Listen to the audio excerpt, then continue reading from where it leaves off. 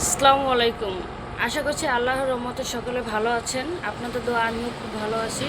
আজকে নতুন আরও একটি বিষয় নিয়ে আপনাদের সাথে আলোচনা করব। সেই বিষয়টির নাম হলো সহবাসের নিয়ম কি এবং ডিম্বাণু শুক্রাণু কত পার্সেন্ট থাকলে কনসেপ্ট করার সম্ভাবনা থাকে।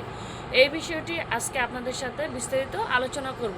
প্রথমত যেটা আমরা জানতে পারি যে স্বামীর শুক্রাণু যদি 20%-এর বেশি থাকে তাহলে সেই ক্ষেত্রে সন্তান জন্ম দেওয়ার ক্ষেত্রে কোনো সমস্যা দেখা যায় না। আর মহিলাদের ক্ষেত্রে ডিমের পরিমাণ যদি 18 থেকে 20%-এর মধ্যে ফোটে তাহলে সেই ক্ষেত্রে ডিম্বাণুটি পরিপক্ক হয় এবং সেই ক্ষেত্রেও সন্তান জন্ম দেওয়ার ক্ষেত্রে কোনো অসুবিধা হয় না।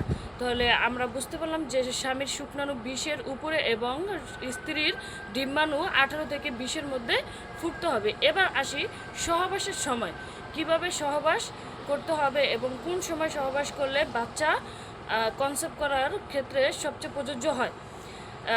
স্ত্রীর পিরিয়ডের 13তম দিনটা হলো সবচেয়ে পারফেক্ট দিন, যেটাকে আমরা 12, 13, 14 এই তিনটে দিনকে ডেঞ্জার পিরিয়ড হিসেবে ধরে থাকি, কিন্তু 13তম দিনটা হলো গিয়ে সবচেয়ে পারফেক্ট।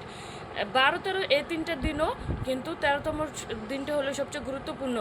আর সহবাস করতে হবে গিয়ে পিরিয়ডের 10তম দিন থেকে 20তম দিন পর্যন্ত একদিন অন্তর অন্তর সহবাস করতে হবে এবং সহবাসটি করতে হবে রাত্র 2টার পরে, কারণ মানুষ কাজকর্ম করে ক্লান্তি অনুভব থাকে, ওই একটা ঘুমের পরে সহবাস করলে সহবাসের সময় শুক্রাণুটাও বাড়ে এবং মেয়েদের ডিম্বাণুটাও পরিপক্ক হয়। এই সময়টা হলো রাত্রে 2টার পরে হলো সহবাসের সময় সবচেয়ে গুরুত্বপূর্ণ সময়। আর সহবাসের আগে অবশ্যই ফ্রেশ হতে হবে, দুজনকেই প্রস্রাব করে আসতে হবে এবং সহবাসের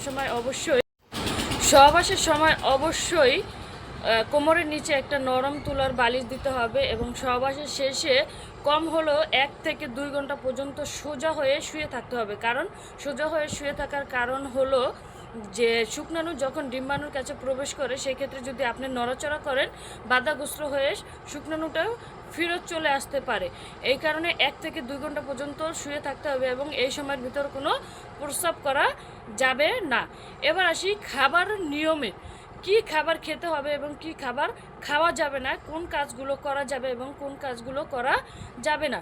খাবারের ভিতরে হলো আপনি যদি বাচ্চা কনসেপ্ট করতে চান বা দুনিয়াতে একটা সুষ্ঠু বাচ্চা জন্ম দিতে চান সেই ক্ষেত্রে আপনাকে কিছু খাবার অ্যাভয়েড করে চলতে হবে। সেই খাবারগুলো হলো প্রথমত আনারস, টক, চা, কফি, পেঁপে, শসা। আমি আবারও বলছি, আনারস, চা, কফি, পেঁপে, শসা, টক জাতীয় খাবারগুলো আপনাকে অ্যাভয়েড করে চলতে হবে। এবং যেই কাজটা করতে পারবেন না সেটা হলো বেশি ওজনের জিনিসপত্র বহন করা এবং অতিরিক্ত সিঁড়ি ভাঙা এবং আপনি হাঁটা চলা একটু কম করতে হবে। কারণ আমরা জানি পিরিয়ডের এক সপ্তাহ আগে বাচ্চা কনসেপ্ট হওয়ার সম্ভাবনাটা